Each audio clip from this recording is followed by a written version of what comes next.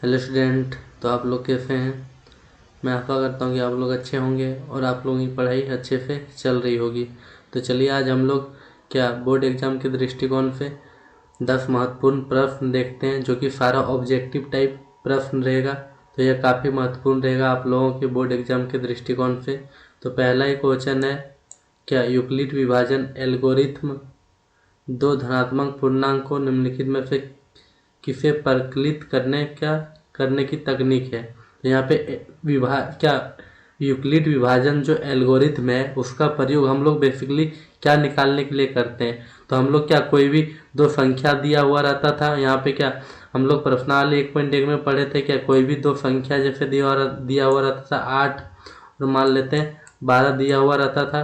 तो यहाँ से क्या हम लोग भाज्य बराबर भाज्य गुना भागफल जोड़ शेषफल का प्रयोग करके हम लोग यहाँ से क्या निकालते थे, लास्ट में मौसा निकालते थे। इस प्रकार से क्या हम लोग लिखते थे 12 बराबर क्या यहाँ पे 8 गुना कितना 1 जोड़ कितना करते थे यहाँ पे 4। फिर इस 8 को यहाँ पे लिखते थे, फिर बराबर कितना 4 गुना कितना 2 जोड़ 0। इस तरह करके हम लोग सॉल्व करते थे। और यहाँ से क्या बेसिकली एच मतलब मौसौ निकालते थे। तो इसका आंसर कितना होगा, बी नंबर मौसौ। इसी प्रकार से बोल रहा है आगे का दूसरा नंबर क्वेश्चन, 25 और 50 के एचसीएफ और एलसीएम का गुणनफल कितना होगा। तो 25 और 50 का एचसीएफ कितना होगा, 25 ही होगा। यहाँ पे एचसीएफ क्या होता है, वह संख्या जो दोनों को डिवाइड करे, वह सबसे बड़ा संख्या जो इन दोनों को डिवाइड करे। तो सबसे बड़ा संख्या क्या 25 को ही डिवाइड करेगा, और 50 को तो 25 डिवाइड करेगा ही। तो एचसीएफ कितना हो जाएगा 25। इसी प्रकार से एलसीएम क्या हो जाएगा, यहाँ पे 50 हो जाएगा। वह सबसे बड़ी संख्या मतलब वह संख्या जो क्या 50 और 25 दोनों से कट जाए, तो ऐसा संख्या क्या 50। तो इन दोनों का फिर बोल रहा है गुणनफल, तो गुना करेंगे तो कितना हो जाएगा 25 गुना 5 कितना होता है 125 होता है। तो 125 और यहाँ पे 0 है तो 0, तो 1250 आंसर आ जाएगा, बी नंबर आंसर। इसी प्रकार से बोल रहा है तीसरा क्वेश्चन में 2.12 फिर 1.12 फिर 1.112 इसी प्रकार से चलते आगे। तो बोल रहा है क्या यह कैसा संख्या है, पूर्णांक है और परिमेय संख्या है, फिर इनमें से कोई नहीं।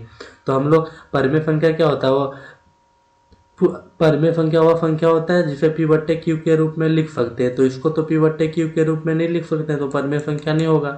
फिर पूर्णांक, अगर पूर्णांक रहेगा जैसे 2 3 ये सब क्या हो गया पूर्ण अंक है सारा, तो ये सब पूर्णांक हो गया। और इसमें से क्या बोल रहा है, इसको पी बट्टे क्यू के रूप में नहीं लिख सकते, या क्या रिपीट होते जा रहा है और शांत आवर्ती का है। तो इस प्रकार की संख्या को क्या बोलेंगे हम लोग, अपरिमेय संख्या। तो इसमें क्या होगा, बी नंबर आंसर। इसी प्रकार से 4 नंबर में बोल रहा है यह एक सिद्ध किया हुआ कथन होता है और इसमें एक अन्य कथन को सिद्ध करने में प्रयोग करते हैं। तो इसका क्या होगा यहाँ से आंसर।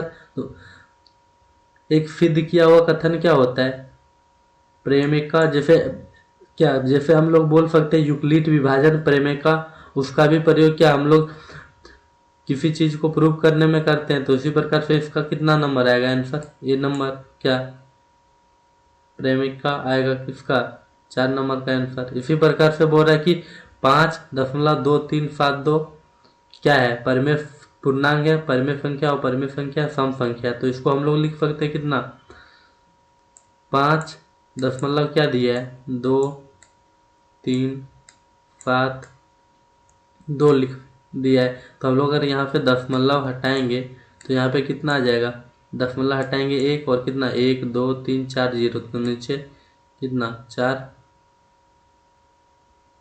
0, तो कितना आ गया यहाँ पे 52,372 बट्टे कितना 10,000। इसको कटा के हम लोग लिख सकते हैं, मतलब ये क्या P और नीचे क्या आ गया Q, और Q बराबर क्या है 0 नहीं है, Q बराबर 0 नहीं है। तो यहाँ पे क्या P बट्टे Q के रूप में आ गया है, और P बट्टे Q के रूप में आता है तो क्या होता है एक परिमेय संख्या। तो यहाँ पे क्या होगा इसका आंसर, बी नंबर परिमेय संख्या।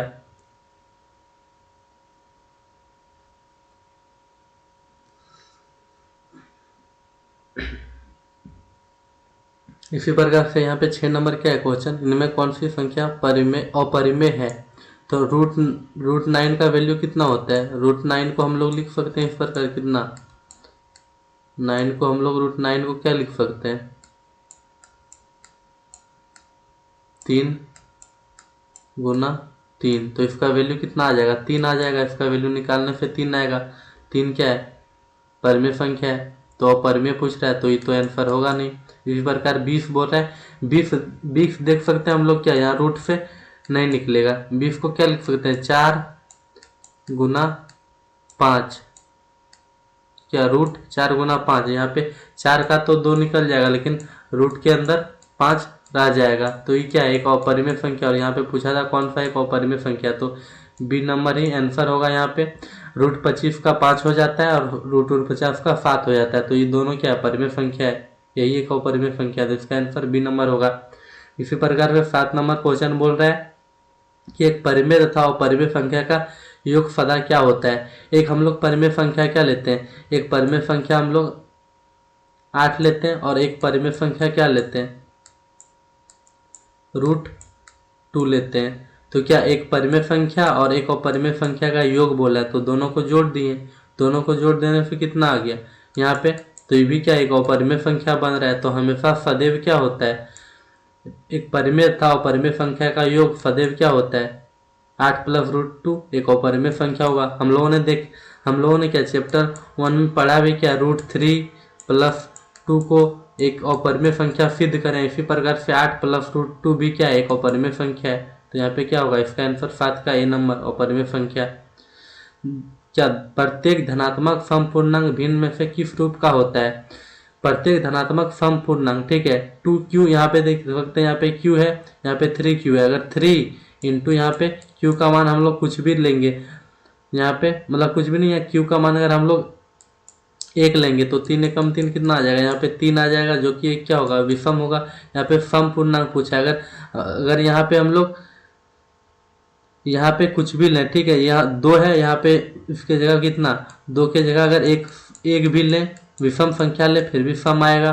यहाँ पे 2 1 के जगह यहाँ पे 2 इंटू क्यू, 2 इंटू क्यू, इस क्यू के जगह पे हम लोग 2 लें, फिर भी सम संख्या आएगा। 3 लें, फिर भी 3 2 3 6 आएगा, कितना, फिर 4 लें तो फिर भी 8 आएगा, 5 लें फिर भी, मतलब कि यह संतुष्ट कर रहा है कि क्या इसमें अगर क्यू की जगह हम लोग कुछ भी वैल्यू लें तो यहाँ पे क्या हमेशा एक सम संख्या आएगा। तो बोल रहा प्रत्येक धनात्मक समपूर्णांक निम्न में से किस रूप का होता है, तो क्या 2q के रूप का होता है।